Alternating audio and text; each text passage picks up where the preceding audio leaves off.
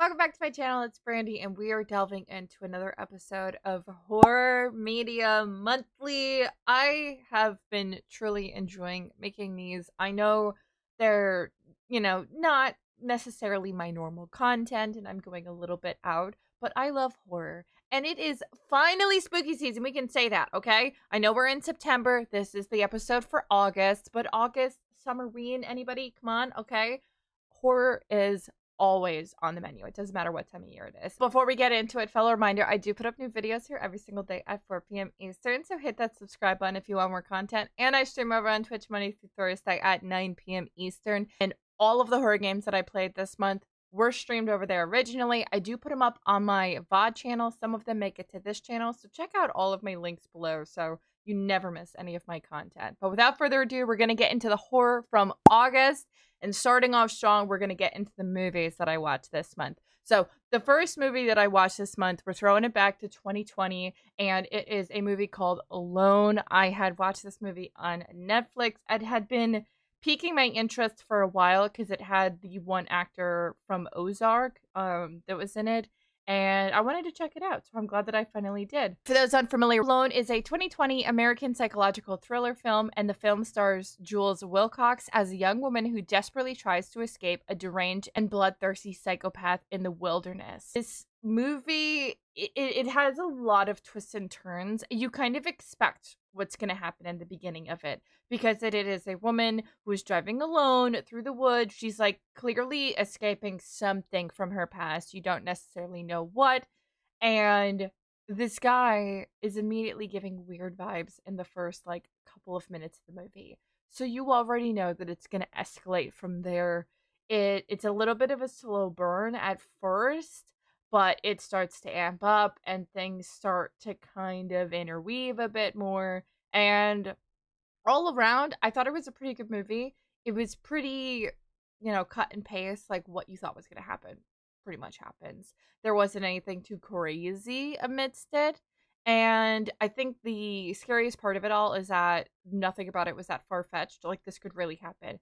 It slightly gave me strangers slash, like hitchhiker type of vibes of a movie of just like wrong place, wrong time, and there's a crazy person in the woods. But it was definitely worth a watch. I saw it on Netflix. It's probably on other places streaming, but this one is definitely worth it for me. Next up, I checked out a new movie that just dropped in August that I was highly anticipating, and that was Alien Romulus. I know a lot of you guys have been asking for my thoughts on this movie, and before I even get to the synopsis, I loved it. It was really, really good. I want to say this is probably one of my top in the entire Alien franchise, if not up there with the first Alien movie, like kind of neck and neck in slightly different ways.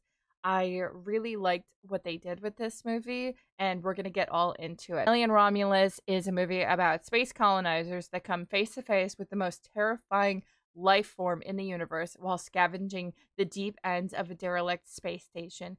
These people basically want to gather supplies from the space station that is abandoned that they see in orbit above their planet, and they decide to go out there not really thinking about why is it abandoned, why is there nobody on there with all of these supplies. I don't know, let's go check it out. And then shit hits the fan. But why would you expect anything else? And the thing that I feel like I liked most about this movie is that they made everything make sense. The reason why they went to the space station made sense.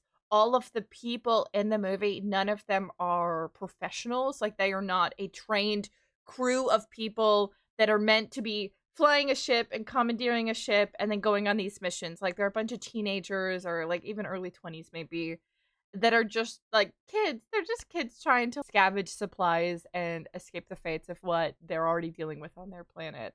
And I kind of like that because you don't really know what's going to happen. Nobody is prepared for the craziness of this movie, and that's what makes it 10 times better. They do have odes to the first movie, so if you haven't seen it, I definitely would recommend it. I don't think it is necessary, but it will enhance this movie if you have seen that one. I feel like we've had so many Alien movies that some people might feel like they've done it all. They haven't.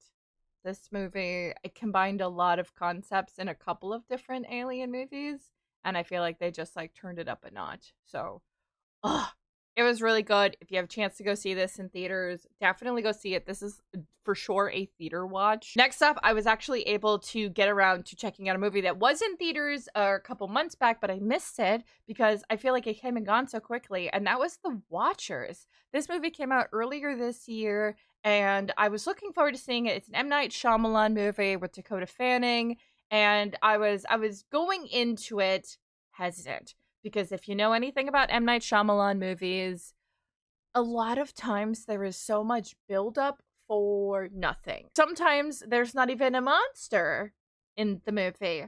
And you think there is. Like, so I don't get too hyped for his movies because I don't want to get let down. But honestly, this movie really surprised me. For those not familiar with The Watchers, it is about a 28-year-old artist who gets stranded in an expansive, untouched forest in Western Ireland.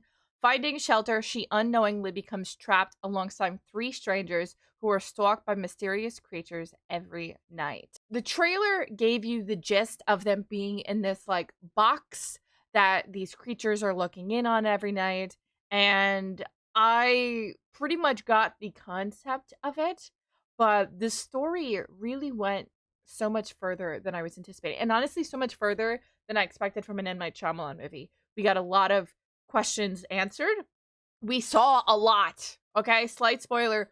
We see stuff. Okay, you see stuff, which is not very common for his movies. A lot of times I feel like we get glimpses of things, or it's like one scene at the very end of the movie. You will not be disappointed in this movie. You get some stuff, and it's quite satisfying, and honestly might be one of my favorite M. Night Shyamalan movies. Also, curious here. I was thinking about doing some ranking videos. Would you guys be interested in me ranking different types of horror movies, or maybe horror movies from different directors and producers? Like I could do a ranking of M. Night Shyamalan movies. If you know, tier lists and stuff like that are of interest, let me know down below and let me know what you would want to see a tier list of, because I'm so down to do that. But that was all of the horror movies that I did watch. Did end up getting to check out some TV shows this month in the horror category. And starting off strong, we had American Horror Stories. I didn't even realize a new season of this had come out last year, but you know, you had to binge it. I binged it in like a few days. There was only 4 episodes in this particular one, but if you're not familiar with American Horror Stories, it is the spin-off of obviously American Horror Story, if you're familiar with that. And these are all different like anthology episodes. So each episode is its own story from start to finish. Sometimes they're connected, very rarely. And every episode in this particular season was its own story. They had no connections to previous seasons or to the other episodes in this season. And I felt like this season overall was so. I didn't find any of them to be that overly scary. And honestly, the concepts kind of felt slightly regurgitated from some Black Mirror concepts, from some previous American Horror Stories episodes. I felt like I didn't see many new concepts here. And the ones that I did, I was just kind of like, so for me. But definitely, if you haven't checked it out, I would give, you know, American Horror Stories as a whole a check out. This was the 3rd season, so there's a bunch of episodes. I would say a lot of the previous episodes were definitely stronger than this season, but there was only 4 episodes there, so we didn't have a whole lot to work with. So hopefully we get more in the next month or so. We can definitely revisit this. And last but not least, for horror shows, I actually checked out a horror anime this month that I found over on Max, and that is Housing Complex C. Now, this was a 4-episode like mini series, and it definitely drew my interest in just from the description. Housing Complex C is about a young girl named Mi Shirokado who lives in a low-cost housing complex in a fictional seaside town of Kurosaki. These strange events begin occurring as new residents move in, including dead animals appearing on the property and tenants mysteriously going missing. And Kimi and her best friend are trying to kind of figure out what's happening, as well as the other residents are trying to unmask what is going on in their housing complex, and things just get weirder and weirder as each day progresses. The show, it was a slow burn for me. I'm gonna be honest. From reading the description, I was super interested, and I love my horror anime, so I was like, oh, this is one that I missed. Hopefully it's good. But it just kind of, I don't know. It's just kind of slow. There was like some characters that I felt like they put more time into for them to not really amount to anything. And the foreshadowing of who was going to be involved in what was so on the nose that you weren't totally surprised until like the last episode, when then they were like, psych, okay, this person, that, whatever. So the first 3 episodes were a little slow, and then episode 4 was like bang in your face. So I didn't know what to expect totally. So if you can kind of get through the slow burn of the first few episodes, the last, episode and a half really makes it all worth it. But it is only 4 episodes, or like 20 minutes apiece. So you can watch this in one sitting. It's not, I would say this would be better off as just like a long movie, honestly, rather than a series. But if you're interested in anime horror, definitely take a peek. And lastly, we were able to get to a couple of horror games this month. I actually delved into more longer horror games. I was doing a lot of ones that were like an hour to 2 hour long playthroughs, but we got into some longer ones this month, and they did not disappoint. They did not disappoint. The first one we got to is a game called Still Wakes the Deep that just came out this year. And in the game, the player assumes control of a Glaswegian electrician named Cameron Kaz McLeary, and you have to navigate through this oil rig following a catastrophic event, and you have to look for ways to escape while also surviving the harsh weathers and evading the pursuit of these creatures. These creatures are kind of taking over the other crewmates on this oil rig that you're on. And while you're trying to help people, you're also trying to avoid the ones who have been corrupted and changed by this like weird creature thing. You don't really know what is on the ship because it's not like a moving being. It's almost like these weird like tentacle things that are just putting some sort of like toxins into the air that make people go kind of crazy. And it's really interesting. The voice acting in this game, incredible. They are not American, so there is a little bit of foul language. They're on an oil rig that are workers. You can expect that kind of language from them. But honestly, this was a very interesting story. Not my, typical type of horror game that I would always play or always like, but this one very much so surprised me, and it is so incredibly worth a playthrough. Get this game, play this game. You won't regret it. Next up, another game that only came out this past year, and that was Alone in the Dark, which if that sounds familiar, it should, because it was actually a remake of a game that came out in the 90s. But this version of the game, this remake of Alone in the Dark, it is a 2024 survival horror video game that follows Emily Hartwood and Edward Carnby as they investigate the disappearance of Emily's uncle in this gothic American mansion. And you get to choose between if you want to play as Emily or as Edward. I specifically chose Edward, who is played David Harbour. You can see it in the way he looks and the way that he speaks. Obviously, he's the voice actor for him as well. This game, again, another game with great voice acting. It felt kind of Resident Evil-esque. Obviously, this game actually technically came out before Resident Evil, but this remastered it, and obviously. But it gives Resident Evil vibes because as you progress through this like mansion, the map is very Resident Evil-esque, where you can see if you have completed a room, where a puzzle is. And something that I really liked about this too was that it would tell you if you were able to solve the puzzle at that given time. And if you weren't and other things were needed, it would also tell you. That way you didn't stay on a puzzle for forever when you didn't even have the information to solve it yet. That was one of my favorite parts about this, because there are many times where I will be stuck in a room for forever when I realize I don't even have the information I need to do something. And then I've just wasted all that time. So I felt like this game really tried to make it more of an enjoyable experience as you went through the story, which was really interesting. It had kind of like a noir-ish feel to it. You are a detective trying to figure out what is happening in this mansion, what is happening to, Jeremy, who has gone missing, and all of the circumstances around it. Had me hooked from start to finish. Trigger warning though, the very end of this game, it's a lot. It's a lot.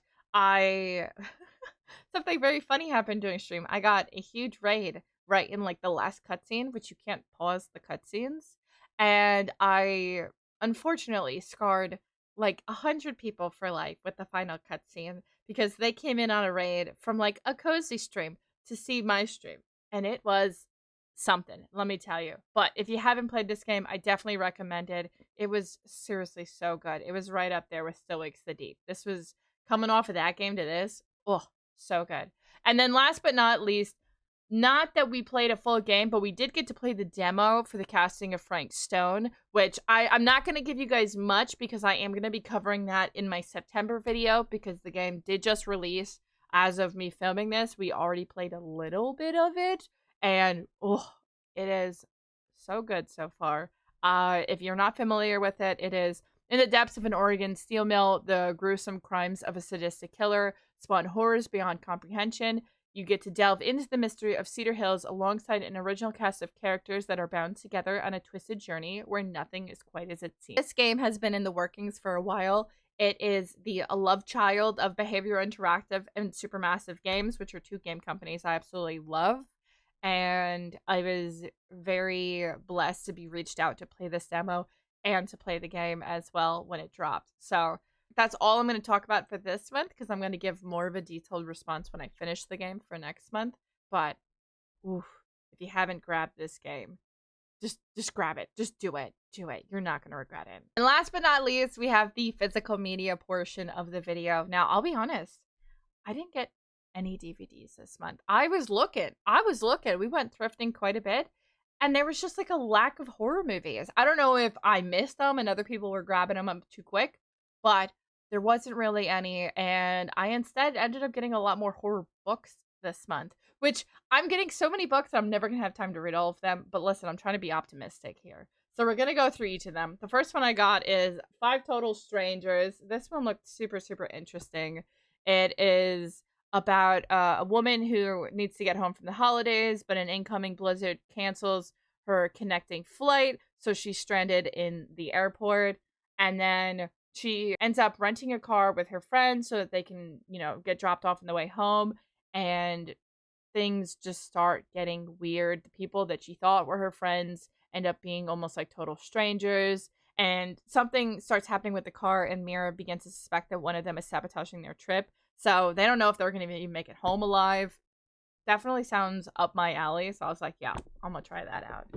Next up, we have a Good Girl's Guide to Murder. This one also piqued my interest. It is about a popular high schooler who was killed by her boyfriend, and then he killed himself. And everyone in the school is talking about it until 5 years later, somebody, tries to re-examine the cold case for their final project, and they end up finding some little inconsistencies and begin to try to prove if Sal is actually innocent and did not commit this murder. So I kind of like the idea of it being like a murder mystery and like an investigative type of piece. Super, super cool. Then I also found The Ruins, which I actually just picked up this movie not that long ago. And this, I don't know if, I'm assuming the book came out first, but this is a book based that the movie ended up coming out from. If you've never watched the movie, definitely go check it out. I gave this synopsis a couple episodes back. I'll put that one up here. But this is the book based off of that. Figured why not grab it. Found this Stranger Things book, which I didn't even know that there was a book, but this is supposed to be a prequel to the show, which is all about the doctor and his experiments before everything we know that happens in the course of the show. A lot of the details we got more so in season 4. So a prequel of that definitely sparked my interest. And then last we have the Finer Girl support group. I mean, this is pretty much what you think it is. A bunch of final girls coming together and like talking about the massacres that they survived. Then things get more twisted and dark. And then one of the women that was in the group misses a meeting, and they start to realize that, darker things are afoot. So again, so many more books that just seem up my alley. My goal is to be able to read at least 1 to 2 books every month. I know that doesn't sound like a lot for some people that read a lot, but I I don't always have time to do it, and I've been trying to make it a point of like reading before bed, so I'm like off my phone, off electronics, and I can just chill. And reading always helps me like relax and get prepared for sleep. So I'm getting into that this month. But that is everything that I have to cover for the month of August. Hopefully you like this. If you did, as always, give it a big thumbs up. What was your favorite thing that I covered this month? Let me know down below, and let me know some of the horror content that you consumed this month. And if there are any suggestions for movies, shows, games, or physical media that I should get, let me know down below. In terms of what I am still searching for, I'm still searching for Jennifer's body. And complete side note, I was thinking about this the other day. We don't have a lot of horror movies with female killers. I was trying to think of more that are like iconic, but I wasn't sure because there's always a final girl. Is there a final girl because most of the killers are males? I don't know. Let me know some of your favorite horror movies that have females as the killers, just out of curiosity. But that's going to be it for me for today. Thank you guys so much for watching, and I'll catch you in the next episode. Bye!